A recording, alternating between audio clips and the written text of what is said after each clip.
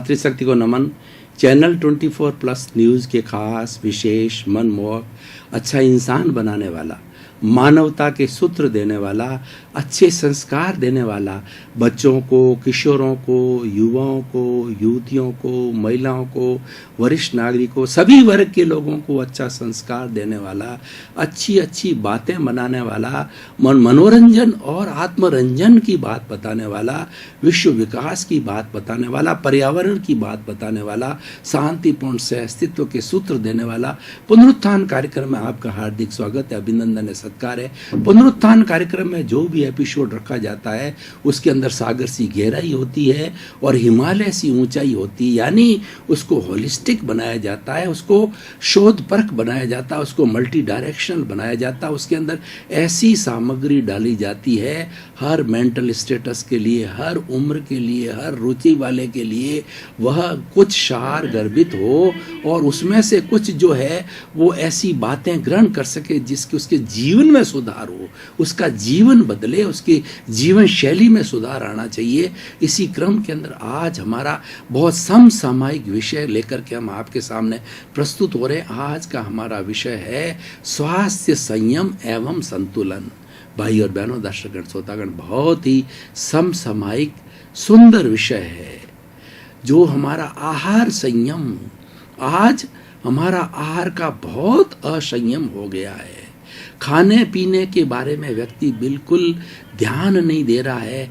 आजकल junk food खाने की बहुत ज़्यादा प्रवृत्ति हो गई है और उसी कारण से बहुत सी बीमारियों को निमंत्रण दिया जा रहा है। आजकल ज़्यादा से ज़्यादा बीमारियां होती है आहार के संयम के कारण होती है, भोजन के संयम असंयम के कारण होती है। आप पशु पक्षियों से लेसन दीजिए, कोई भी पशु या पक्षी जब तक भूखा नहीं होगा वो ग्रास मुंह में नहीं डालेगा। आप गाय को देखिए, गाय के सामने जो है ना आप चारा डाल दीजिए, अगर गाय भूखी नहीं है तो वह उस चारे के अंदर मुंह नहीं डालेगी। लेकिन इंसान सुशिक्षित और सृष्टि का सबसे अच्छा प्राणी होते हुए भी कितना बिगड़ गया है कि 24 आवर्स खाता रहता है और इस पेट को उसने वेयर हाउस बना दिया है, इस पेट को उसने गोदाम बना दिया जाता है और उसका नतीजा मोटापा। आज पूरे विश्व के अंदर मोटापा एक बहुत बड़ी बीमारी लेकर के उभर रहा है। वेट बढ़ता जा रहा है। उस मोटापे के कारण हार्ट की बीमारी, किडनी की बीमारी, ब्लड प्रेशर, शुगर और सारी बीमारियों की जननी जो है वह हमारा मोटापा है और उस मोटापे का कारण आहार से बहुत कुछ जुड़ा हुआ है। आहार असंयम की बात जुड़ी हुई है, इसीलिए हमें आहार का संयम करना चाहिए। संयम का अर्थ होता है नियंत्रण, उस पर कंट्रोल करना, उसकी सीमा करना, उसको संयम कहा जाता है। और आहार संयम के लिए 3 बातें ध्यान रखने की होती है। आहार हित, मित और ऋत होना चाहिए। हित का मतलब हितकर होना चाहिए, जो हमारी बॉडी को अच्छी कैलोरीज दे और बॉडी को अच्छा रखे, हमारे मन को अच्छा रखे, हमारी सभी कोशिकाओं को प्रसन्न करे और उनको खुराक दे। और हितकर भोजन के लिए हमारी मेडिकल साइंस कहती है उसके अंदर 20% प्रोटीन होना चाहिए, 10% कार्बोहाइड्रेट होना चाहिए, 10% फैट होनी चाहिए, 60% पानी होना चाहिए, 6% मिनरल्स होने चाहिए। इस तरीके से 100% जो है न्यूट्रिशियस भोजन होना चाहिए।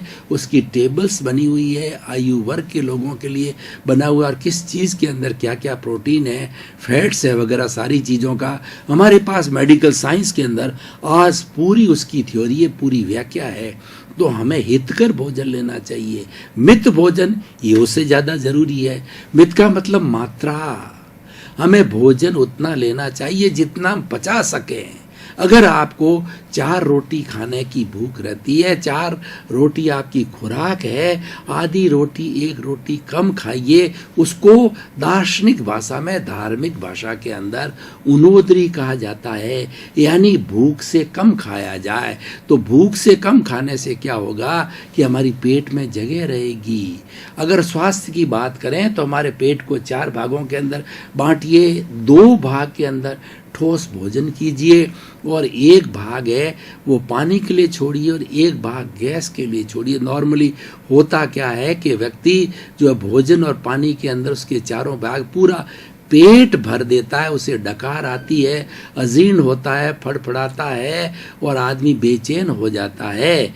तो ऐसी स्थिति नहीं आनी चाहिए। उसके लिए जो उनोदरी, उसके लिए मित भोजन, यानी भोजन जो है बॉडी को जितनी आवश्यकता हो मात्रा में लेना चाहिए। हर एक की अलग अलग खुराक होती है। अपनी मनुष्य स्वयं अपने शरीर का सबसे अच्छा डॉक्टर है। तो हर एक को ध्यान है कि मुझे कितनी भूख और कितनी पचा, उसको मात्रा का ध्यान है। वो मात्रा कभी एक्सीड नहीं करनी चाहिए, मात्रा में लेनी चाहिए। हित मित और रित, रित का मतलब ऋतु के अनुसार भोजन लेना चाहिए। भोजन के अंदर हमारी सब्जियों का होना चाहिए, फ्रूट्स का होना चाहिए, ताकि हमारा जितना पाचन शक्ति है वो सभी मिलकर के अच्छे हार्मोन्स बना करके, अच्छे लिक्विड छोड़ करके और अच्छा पाचन कर सके। तो ऋत का मतलब ऋतु के अनुसार भोजन लेना चाहिए। अगर गर्म ऋतु है तो ठंडा भोजन लेना चाहिए। ठंडे का मतलब बासी से नहीं है, ठंडे का मतलब गर्म नहीं लेना चाहिए। और अगर सर्दी की मौसम है तो हमें भोजन गर्म लेना चाहिए। तो ऋतु के अनुसार हमें भोजन लेने वाला ऋत कहलाता है। तो हित मित और ऋत जो है ये भोजन का संयम हो गया, ये आहार संयम हो गया।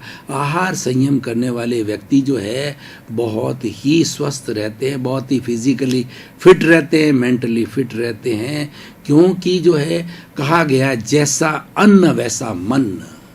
जैसा व्यक्ति अन्न खाता है वैसा उसका मन होता है, जैसे उसके विचार होते हैं वैसे उसके भाव होते हैं। कहा भी गया है जैसे भाव वैसे विचार, जैसे विचार वैसा आहार, जैसा आहार वैसा विचार, और उस विचार से व्यक्तित्व बनता है। इसीलिए हमें आहार संयम करना बहुत ही ज़रूरी होता है। और हित मित रित भोजन करने के बाद के अंदर हमें जो हमारा पाचन सिस्टम है उसको भी समझना चाहिए। हमारा पूरा जो पाचन सिस्टम है आहार से जुड़ा हुआ है वो टोटल 30 फुट लंबा है, जिसके अंदर 30 फुट हमारी भोजन नली और पेट 3 फुट आता है। उसके बाद के अंदर 20 फुट जो है हमारी छोटी आंतें होती है और 6 फुट जो होती है वो हमारी बड़ी आंत जो कि 2 इंची डायमीटर की होती है। छोटी आंत होती है 1 इंची डायमीटर की होती है। जो हम भोजन खाते हैं नॉर्मली 4 घंटे के अंदर पूरा पचता, अगर सुपाच्य हो तो। और हमने अगर सुपाच्य भोजन नहीं किया तो ज़्यादा समय ले सकता है और तकलीफ भी हो सकती है। तो 4 घंटे के अंदर भोजन पच करके और हमारी छोटी आंत के अंदर चला जाता है। और छोटी आंत के दोनों तरफ कैपिलरीज लगी होती है। वो कैपिलरी जैसे मौसमी का जूस कैसा होता है, तो हमारी छोटी आंत जो 1 इंची डायमीटर की होती है जिसके अंदर सारा रस बन करके आता है भोजन का, तो उसमें से कैपिलरी जो यूजफुल होती है उसको मौसमी के जरूर जूस जैसे को खींच लेती, खींच करके यकृत में देती है। यकृत जो है 500 तरह के काम करता है और मुख्य हमारा भोजन है उसे ब्लड बनाता है। और ब्लड वो है सर्कुलेट होकर के हमारे जो है वो हार्ट के अंदर आता है और हार्ट से जो है वो सारे बॉडी के अंदर जाता है और इम्प्योर हो जाता है। तो फिर हार्ट के द्वारा जो है वो लंग्स के अंदर जाता है, लंग्स से शुद्ध होकर के पुनः हार्ट में आता है। तो ब्लड सर्कुलेशन होता है सारा। ये हमारा भोजन से ब्लड बनता है और ब्लड के बिना हमारा स्वास्थ्य नहीं रहता है। तो इसीलिए भाइयों और बहनों, दर्शकगण, श्रोतागण, आहार संयम का बहुत बड़ा महत्व है। हम जो कुछ भी कार्य करते हैं ये हमारी विटैलिटी से कार्य होता है, ये हमारी प्राण शक्ति से कार्य होता है। प्राण शक्ति 4 बातों से बनती है, उसके बिना हम एक अंगुली भी नहीं हिला नहीं सकते। मन की, वचन की, शरीर की जितनी प्रवृत्ति, इंसान नहीं हर प्राणी जो करता है, जिसके ये तीनों में से कोई होता है, वो सारी विटैलिटी, वो सारी प्राण शक्ति कहलाती है, वो ऊर्जा कहलाती है। वो प्राण शक्ति जो है 4 4 चीज़ों से बनती है। सबसे पहले भोजन, उसके बाद में पानी, उसके बाद में प्राण वायु ऑक्सीजन, और उसके बाद के अंदर अग्नि यानी सूर्य का प्रकाश। जठराग्नि भी उसके अंदर आई होती है, सूर्य का प्रकाश भी उससे जुड़ा हुआ होता है। तो वो 4 चीज़ों का हमें ध्यान रखना चाहिए। यानी हम भोजन हित मित रित करें, ये तो भोजन की बात हो गई। और पानी का मतलब जो होता है तुरंत भोजन करने के बाद के अंदर पानी नहीं पीना चाहिए, आधे घंटे 1 घंटे का इंटरवल लेना चाहिए। और पानी भी उतना ही पिया जाना चाहिए 1/4 जितना हमारा पेट हो, उससे ज़्यादा भी नहीं पीना और कम भी नहीं पीना चाहिए। उससे हमारी पाचन शक्ति जो अच्छी रहती है। और खाते ही पानी कभी नहीं पीना चाहिए, क्योंकि उससे जो हमारा भोजन जो डाइजेशन सिस्टम के अंदर जाता है और उसके साथ में जो हार्मोन्स मिलते हैं, तो वो हार्मोन्स क्या होता है, डाइल्यूट हो जाते हैं। डाइल्यूट होने से उनकी पचाने की शक्ति कमज़ोर हो जाती है और वो अपाच्य भोजन जो हमारी छोटी आंत में चला जाता है और फिर वहाँ से जो अशुद्धि के रूप में बड़ी आंत में, मल के रूप में बड़ी आंत में जाता है। तो इस तरीके से जो है हमें 4 तरह की बातें हम बता रहे थे कि प्राण जो है शक्ति के लिए भोजन, पानी, और तीसरी जो हमारी जठराग्नि है, और दूसरा धूप में बैठना चाहिए। धूप हमारे लिए विटामिन डी कहा जाता है। और आजकल तो डॉक्टर लोग जिसके विटामिन डी की कमी होती है, इंजेक्शन सप्लीमेंट करने की बजाय वो कहते हैं कि ज़्यादा से ज़्यादा धूप में बैठो। इसीलिए प्रकृति माँ कहती है कि मैंने आप सबको 84 लाख जीवायोनि प्राणियों को जन्म दिया है, तुम मेरी गोद में रहो, मैं तुम्हारा पालन पोषण करूँगा। गोद में रहने का अर्थ होता, माँ बच्चे की गोद में रहती है तो माँ को उसके प्रति आत्मीयता होती है, प्रेम होता है, वात्सल्य होता है, तो वो अच्छा पालन पोषण करती है। तो माँ की गोद में, प्रकृति की गोद में रहने का मतलब प्राकृतिक नियमों का पालन करो, मॉर्निंग वॉक करो, early to bed early to rise is a sign of the good health and a good mind exist in a good body. तो हमें प्रकृति के नियमों का पालन करना, परिश्रम करना। हम जितनी कैलोरीज इनपुट देते हैं उससे उतनी कैलोरीज हमारी कंज्यूम करने के लिए हमें परिश्रम करना चाहिए, मॉर्निंग वॉक करना चाहिए, हर काम अपने हाथ से करना चाहिए, फिजिकल ज़्यादा से ज़्यादा एक्सरसाइज की जानी चाहिए। तो इस तरीके से भाइयों आहार संयम की बात हुई। इसका जो दूसरा पक्ष है वह संतुलन की बात कर रहा हूँ। देखिए, संतुलन सृष्टि का नियम है। पूरी सृष्टि में, पूरी पृथ्वी में सेंटर ऑफ ग्रेविटी होती, जो हमारी पृथ्वी जो सूर्य के चक्कर काटती है उसकी सेंटर ऑफ ग्रेविटी है। उस सेंटर ऑफ ग्रेविटी पर वो फिक्स रह करके और वो घूमती है। कोई भी घूमने वाली वस्तु की वो सीजी उसकी सेंटर ऑफ ग्रेविटी मध्य में रहती है, तब वो बराबर घूमती है। उसकी सेंटर ऑफ ग्रेविटी डिस्टर्ब होते ही वो अनबैलेंस होके गिर जाता है। कोई भी वस्तु CG centre of gravity disturb होते ही गिर जाती, चाहे ट्रेन हो, चाहे पृथ्वी हो, चाहे मकान हो। भूकंप आते हैं जब क्या होता है कि जो हमारी ज़मीन पे मकान बने उसकी सीजी डिस्टर्ब हो जाती है, उसके अंदर तरेड़ें आ जाती है और वो फट जाता है मकान। तो इस तरीके से सीजी का मतलब संतुलन हमारी बॉडी के भीतर। ये तो मैंने बाहरी संतुलन की बात कही कि बॉडी की अगर सेंटर ऑफ ग्रेविटी सही है, हम सही चलते हैं, थोड़ा सा सेंटर ऑफ ग्रेविटी डिस्टर्ब हुई तो हम गिर जाते हैं, हम जो है पड़ जाते हैं। तो संतुलन सृष्टि का नियम है, तो हमारे जीवन में भी संतुलन आना चाहिए। देखिए, संतुलन के लिए मैं 5-7 सूत्र बताना चाहूँगा कि संतुलन कैसे प्राप्त किया जा सकता है। संतुलन प्राप्त करने के लिए सबसे बड़ी बात है टॉलरेंस पावर होनी चाहिए। व्यक्ति के अंदर सहन शक्ति इतनी होनी चाहिए कि यूनिवर्सलाइज योर कॉन्शियसनेस, अपनी आत्म शक्ति को, अपनी कॉन्शियसनेस को इतना विस्तार दे दो कि दुनिया की सारी चीज़ इसके अंदर समा जाए। इतनी आपके अंदर पराकाष्ठा होनी चाहिए टॉलरेंस करने की। जो जितना बड़ा व्यक्ति टॉलरेंट होता है वह व्यक्ति ईश्वर का रूप हो जाता है, वह व्यक्ति एक आइडियल हो जाता है और एक वो समाज के अंदर रोल मॉडल बन जाता है। इसलिए टॉलरेंस पावर को बढ़ाओ।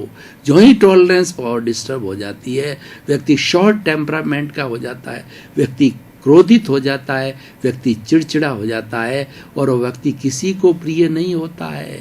अपने स्वास्थ्य को तो खराब करता है, लेकिन ना तो अपने परिवार में प्रिय होता है, ना समाज में प्रिय होता है, ना देश में प्रिय होता है। जो देश की क्रिटिसाइज करते थे, लोगों के प्रति जो है वो जहर उगलते रहते हैं, वो लोग प्रिय नहीं गिने जाते हैं, वो लोग अच्छे इंसान नहीं कहे जाते हैं। इसीलिए संतुलन के लिए टॉलरेंस पावर। दूसरा जो है हमारे भीतर इम्यूनिटी सिस्टम, जो हमारी नेचर माँ ने हमको जन्म देकर के भेजा है, तो यूनिबेल्ट सिस्टम हमारे भीतर डाल रखा है। जैसे कि आजकल जो फ्रीज आ रहे हैं, कूलर आ रहे हैं, एसी आ रहे हैं, जिसके अंदर यूनिबेल्ट सिस्टम है, यानी जो अप डाउन जो वोल्टेज का होता है, उस फ्लक्चुएशंस को, उस शॉक्स को एब्जॉर्ब करने के लिए यूनिबेल्ट सिस्टम हमारे भीतर भी प्रकृति के अंदर यूनिबेल्ट सिस्टम बना रखा है, जिसको इम्यूनिटी सिस्टम कहते हैं। जो प्रतिरोधात्मक शक्ति होती है, आरबी शेल्स होती है हमारी, और जो है हमारी वाइट शेल्स होती है। वाइट शेल्स सोल्जर्स होते हैं हमारे भीतर। कोई जर्म्स या कोई कीड़ा ऐसा जो कि हमारे शरीर को खाने लग जाए, हमारे शरीर को बीमारी फैलने लग जाए, कैंसरियस है या जो है अपना स्वाइन फ्लू का है, डेंगू का है, ऐसे जो ही आते हैं तो हमारी वाइट सेल्स के जो वो सेल्स उस पर झपटते हैं। जैसे कि सीमा के ऊपर जो सैनिक कैसे झपटते हैं, जो है वो शत्रु के ऊपर, वो शत्रु समझ के ऊपर झपटते हैं और झपट करके उनको खा जाते हैं। इनकी उम्र वाइट शेल्स की 90 दिन मैक्सिमम होती है, कम भी होती है। और हमारी जो रेड शेल्स होती हैं, जिसको आरबीसी कहा जाता है, वो भी हमारा जो प्रोटोप्लाज्मा है वो भी मेंटेन होना चाहिए। इसीलिए कहा जाता है, काउंट बोलते हैं, ये काउंट जो है ये हमारे मेंटेन होने चाहिए। ये आरबीसी हमारी 1.5 लाख से कम नहीं होनी चाहिए, उससे कम होती हीमोग्लोबिन होना चाहिए। ये सारे क्या है कि हमारे स्वास्थ्य के लिए, ये हमारी इम्यूनिटी सिस्टम है, ये यूनिबेल्ट मिलता है। लेकिन हम क्या करते हैं, जंक फूड खा करके, एंटीबायोटिक हैवी डोज को लेकर के, ज़्यादा दवाइयाँ लेकर के, अप्राकृतिक जीवन जी करके इस इम्यूनिटी सिस्टम को डिस्ट्रॉय कर देते हैं, इसको ख़त्म कर देते हैं, तो हम बीमार हो जाते हैं। हमारा शरीर कई बीमारियों का अड्डा बन जाता है। और आजकल यही हो रहा है, इम्यूनिटी सिस्टम धीरे धीरे डाउन होता जा रहा है। कुछ तो हमें बाहर जो जितना भी खान पान के साधन हैं, सब्जियाँ हैं, भोजन हैं, हमारे फूड ग्रेन्स हैं, वो अशुद्ध मिल रहे हैं, पेस्टिसाइड वाले मिल रहे हैं, जहर युक्त मिल रहे हैं। तो इसीलिए हमारा वो तो है ही है, शुद्ध पानी नहीं है, शुद्ध हवा नहीं है, तो शुद्ध भोजन नहीं है, वो बात तो है ही है। लेकिन फिर भी हम चला करके हमारी इम्यूनिटी सिस्टम को क्यों खराब करें? 2 बात। तीसरी बात जो होती है, व्यक्ति के भीतर में सकारात्मक भाव होना चाहिए। जो व्यक्ति दुख में से सुख निकालने की कला जानता है, वो व्यक्ति सबसे बड़ा संतुलित जीवन होता है। आपने आहार का संयम कर दिया, उसका इफेक्ट आता है कि हमारे जीवन में संतुलन आना चाहिए। और वो संतुलन तब आता है कि आहार संयम के साथ साथ के कुछ जीवन के अंदर हम कुछ सूत्र रखें। तो हमने अभी जिस सूत्र की बात की कि हमारे जो भीतर पॉजिटिव थॉट्स आने चाहिए, नेगेटिव थॉट्स, जो 18 तरह के नेगेटिव थॉट्स हमारी भारतीय संस्कृति ने बताए हैं, जिनको पाप कहते हैं, जिनको नकारात्मक भाव कहते हैं, जिसको नेगेटिव कहते हैं, पुण्य, उसको कहा जाता है प्राणातिपात, मृषावाद, अदत्ता दान, मैथुन, परिग्रह, क्रोध, मान, माया, लोभ, राग, द्वेष, कलह, अभ्याख्यान, पैशून्य, पर परिवार, रति अर्ति, माया, मर्षा और मिथ्या दर्शन। मैं इसकी गहराई में नहीं जाना चाहता, एक एक टॉपिक घंटों घंटों पर विवेचना मांगता है। तो ये नकारात्मक भाव है, जिसको पाप कहते हैं हमारी धार्मिक भाषा में। दर्शकगण, श्रोतागण, भाई और बहनों, आपका बहुत बहुत धन्यवाद।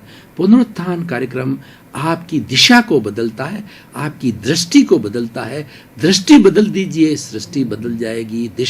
दिशा बदल दीजिए, दशा बदल जाएगी। और हम यही काम करते हैं कि नकारात्मक भावों को सकारात्मक भावों में कैसे बदले जाएं, उसके सूत्र देते हैं, उसके हम टिप्स देते हैं। इसीलिए आप पुनरुत्थान कार्यक्रम देखते रहिए, और आप देख भी रहे हैं। इसी कारण पुनरुत्थान कार्यक्रम टॉक ऑफ द टाउन बन रहा है। तो हमारा उद्देश्य है सर्वे भवन्तु सुखिनः सर्वे भवन्तु निरामया। इसी क्रम में आपका जीवन आनंदमय हो, मंगलमय हो, सुखमय हो। आप शतायु होकर अपना जीवन अच्छा बनावें, समाज की सेवा करें। आपके प्रति मंगल भाव।